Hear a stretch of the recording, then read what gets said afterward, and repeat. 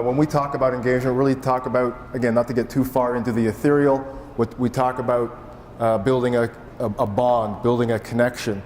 And for us, in a concrete way, that connection is built on the contextual nature and the relevance of the content that you're producing and directing at your target audience or to your target audience, for a better expression. Wanted to, as a preamble to that, sort of demystify a couple things that we typically think about when we think about engagement.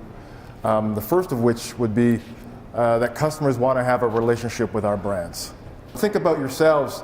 You're sitting here wondering about when your next session starts, who's going to man the booth this afternoon, what's for lunch, what's traffic going to be like when I get home, how many voicemails am I going to have when I get back to the office, how many emails am I going to have when I get back to the office. For yourselves, as the owners in some cases of your brand, it barely takes up any space in your brain when you really think about it critically.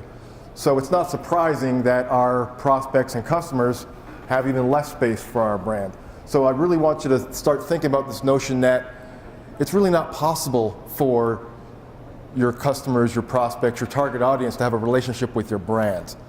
They have to have a relationship with something you do, a capability, a project, a innovation you've come up with. So we want to try and dissuade you from that notion and try and get you into something more relevant and contextual. Specifically want to center your thinking around engagement related to that. The second thing we want to talk about that we often gets a lot of press in terms of engagement and relationships is this notion of interaction. Interaction equals better relationships. Things like clicks, opens, likes, views. That's great activity, but that doesn't in any way, shape, or form really add up to a relationship with anything.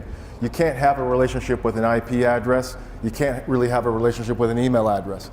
You've got to start to get down to who the person is behind the IP address or the email address before you can have a relationship or start to build a relationship, start to build engagement. And then the corollary to that is, well, more activity, more interaction must be better. Getting 1 million likes must be better than getting 1,000 likes.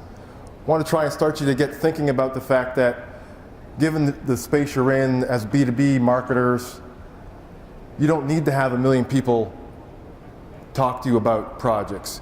You need 5, you need 7, you need 9.